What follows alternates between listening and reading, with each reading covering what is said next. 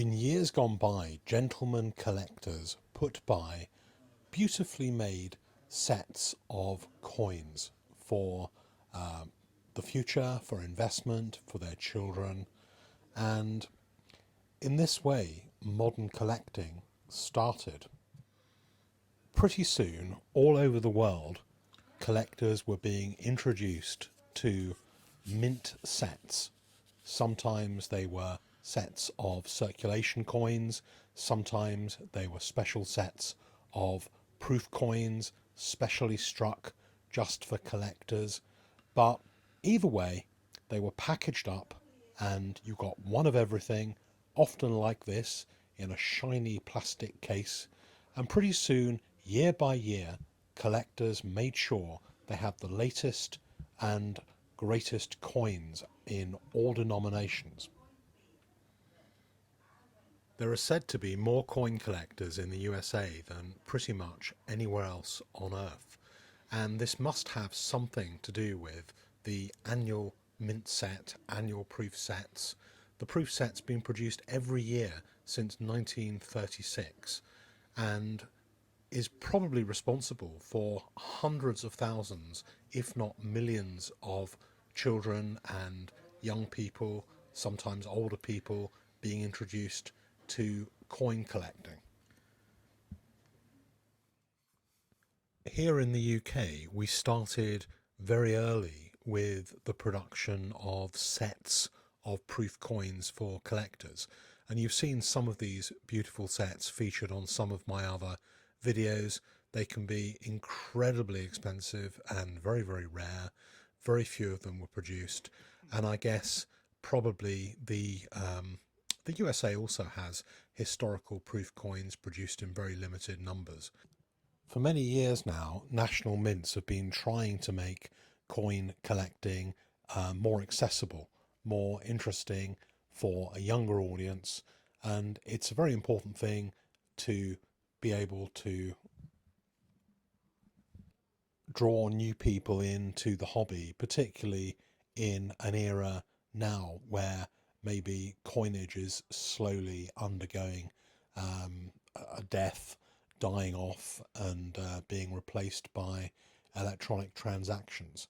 So it was nice to see some of these folders come in for grading, and I'll show you a few more proof sets at the end of this that arrived a while back that I never got a chance to show you the footage of. But it reminded me of how important the check your change campaigns are, how important the collectors 50 pences are, the new A to Z 10 pences, what the American Mint has been doing historically with the quarters programs. You know, all of these programs are designed to get people interested in collecting, looking at their change when they get some change in a shop and seeing whether they've got anything which is out of the ordinary. Because I think we forget when we deal with more expensive gold coins, historical coins all the time, you know, we realize that the lifeblood of this particular hobby is really about getting new people in, whether they're children collecting A to Z 10 pence pieces, whether they're stackers that have been investing a little bit of silver bullion and then get drawn into the numismatic appreciation of that bullion, maybe start collecting semi-numismatic bullion. Maybe they visit the Mint Museum or the US Mint and they pick up some of these, you know, carded collector's items that are there on the shelf. You know, a lot of these items, they're not precious metals, they're not silver, they're not gold, they can be cupro nickel or nickel brass or whatever they are. It doesn't really matter what they're made of, but you know, you can often pick up these carded new issues from the Royal Mint for maybe, you know, for under £10. They're available online from the Royal Mint and from the US Mint, and they make ideal presents to give to young people in particular, to introduce them to the lovely coinage that we have. You know, and whilst not all of them will go on to be collectors, hopefully as time goes by, some of them will will take an interest in the kind of the maybe the precious metal versions of these coins, maybe buy a silver one or a gold one or graded coins, any of these things. But it all has to start somewhere, and then we often forget just where we started, where it can start for other people. And I think it's important, and particularly on my channel, I'm mindful of the fact that a lot of the coins that I showcase can be many thousands of dollars. Sometimes I'm lucky and I'm able to handle coins which are $100,000 for a coin, and that is not practical day-to-day territory for anyone starting out collecting coins. But it has to start somewhere, and year packs, proof sets, covers like this, um, packs from the US Mint, Canadian Mint, Royal Mint, all over the world. There are lots of pocket money, low cost routes into collecting these kind of coins, and I think that we should be a little bit more focused on that than we are. Just a little quick aside, as this lovely little silver coin has appeared on the screen. The person who sent me the £2 also enclosed this as a little present, and I thought it was particularly nice because it's actually got a hallmark on the edge of the coin. First time I've ever seen that, where each of these silver kind of coins has been individually hallmarked to say that it's silver, and it's just something that I thought was quite impressive, really. Anyway, back to some of the other things we're going to take a look at.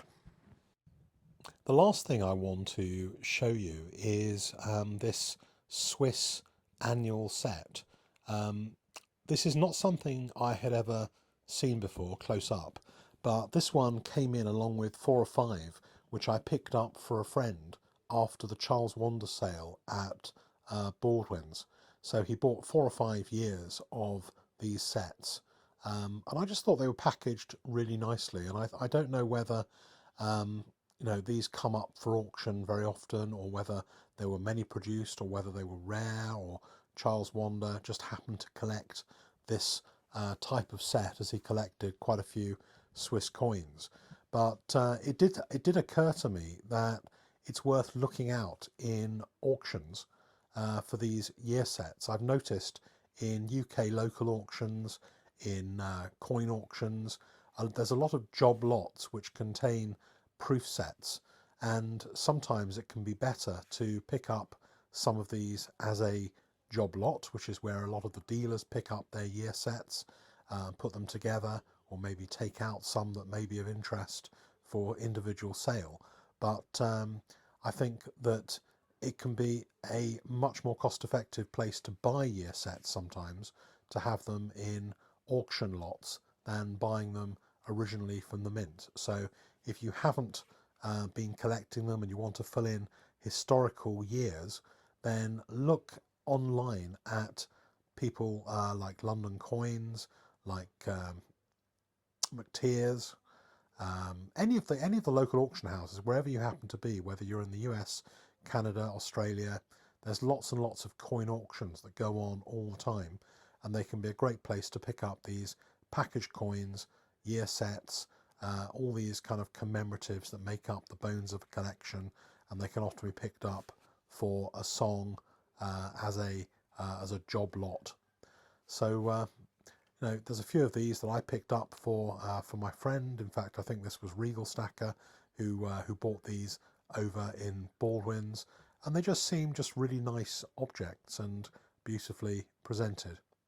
So I hope looking at packaged coins, starter coins, some of the British ones, American, Japanese, could give you maybe some ideas for developing your own collection, and also a bit of a change from the usual sovereigns. So hopefully that's good news.